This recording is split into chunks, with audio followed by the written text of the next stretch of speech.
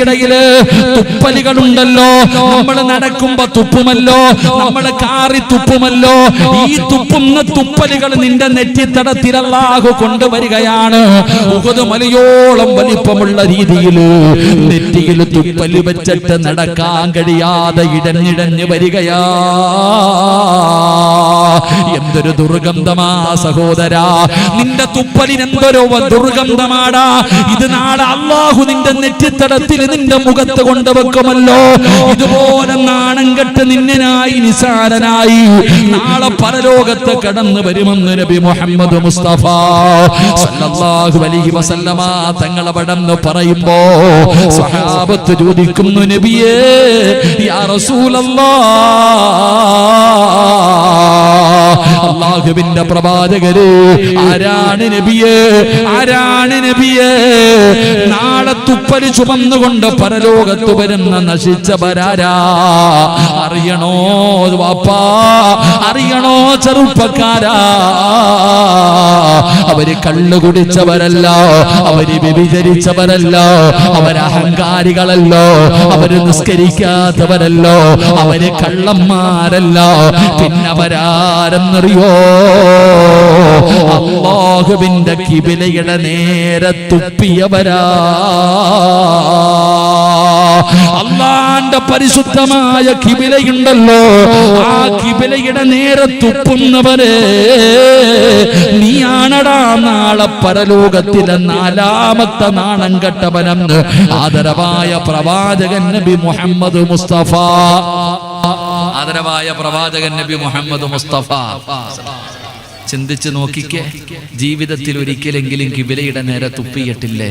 അല്ലാഹു പുറത്തിരുമാറാകട്ടെ. ഉറക്കെ പറഞ്ഞോ, അല്ലാഹു പുറത്തിരുമാറാകട്ടെ. എന്ത് കിബില?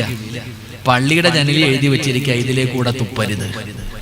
പള്ളിയുടെ ജനലി പോലെ എഴുതി. ഷാഫി അടുത്തവനെയും കൊണ്ട് വന്നു, വാ കയറിയിരിക്കും ഇൻഷാ അല്ലാഹ്. ഡേറ്റിന് വേണ്ടി എവിടെല്ലാം എല്ലാവരും ഉണ്ട്, വന്നിരുന്നു ഇൻഷാ അല്ലാഹ്. മംഗലാപുരത്തുനിന്ന് ഡേറ്റിന് വേണ്ടി ഓടി നടക്കുക പാവപ്പെട്ടവന്മാർക്ക്. അല്ലാഹു ആഫിയത്തും ദീർഘായുസ്സും കൊടുക്കുമാറായ. എല്ലാവരും കൊണ്ടിരുന്നോളി. 5 പേരും കാത്തിരിക്കുക. എന്തേ കാണാനെന്ന് കാത്തിരിക്കായിരുന്നു. ഇൻഷാ അല്ലാഹ് കിട്ടിയ ഡേറ്റ് കൊണ്ട് കളഞ്ഞിട്ട് ഇനി എൻ്റെ നെഞ്ചത്ത് നടക്കായിരിക്കും ഇൻഷാ അല്ലാഹ്. സ്നേഹിച്ച ഡേറ്റ് കൊടുക്കാൻ വലിയ പേടിയാ. ഡേറ്റ് ചോദിച്ചിട്ട് കൊടുത്താൽ നല്ല ഉസ്താദ്, പോയില്ലെങ്കിൽ കാര്യം പോയിട്ടാ. അവരുടെ കൂടെ പറഞ്ഞല്ലപ്പാ. ഇപ്പൊ ഇവിടത്തെ ഡേറ്റ് തന്നെ യാദർശികമായിട്ട് അൽഹംദുലില്ലാ നമ്മുടെ പ്രിയ സുഹൃത്ത് ലത്തീഫുക്ക നിങ്ങളുടെ നാട്ടിലൊക്കെ വരാറുണ്ട്. അതിന്റെ യഥാർത്ഥ പേര് ഇവിടൊക്കെ നിങ്ങളുടെ നാട്ടിൽ അവിടെയൊക്കെ എല്ലാ കാര്യങ്ങൾക്കും വരുന്നതാണ്. ഒരുപാട് നല്ല കാര്യങ്ങളൊക്കെ ചെയ്യുന്ന, ഇത്തിരി പണമുണ്ടെങ്കിൽ അഹങ്കാരമൊന്നും ഇല്ലാത്തൊരു പണക്കാരനാണ്. അല്ലാഹു ഇസ്സത്ത് നിലനിർത്തി കൊടുക്കുമാറാകട്ടെ.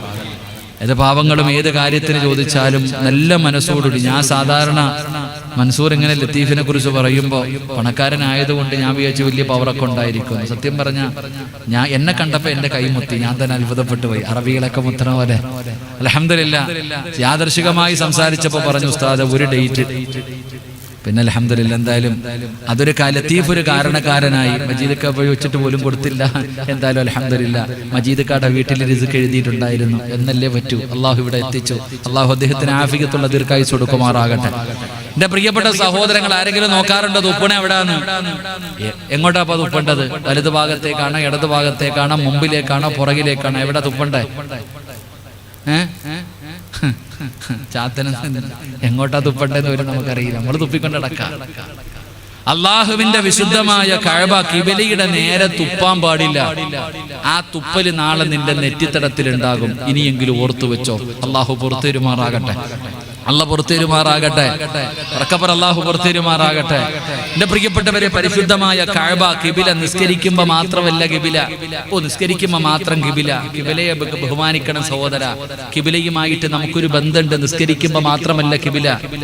നിസ്കാരത്തിന്റെ സമയത്ത് മാത്രമല്ലടാ കിബിലയെ ആദരിക്കേണ്ടത്, ബഹുമാനിക്കേണ്ടത്. ബഹുമാനിക്കണം കിബിലയെ. കിബിലയുടെ നേരെ പോത്തുപോലെ നിസ്കാരം കഴിഞ്ഞ് സലാം വീട്ടി നേരെ വന്ന് തൂണിലിരുന്നിട്ട് 2 കാല് കിബിലയ്ക്ക് നേരെ, അള്ളാഹുടെ നെഞ്ചത്തെന്ന് പറയുന്ന പോലെ കിബിലയുടെ നേരെ കാല് നീട്ടിയിരിക്കുക.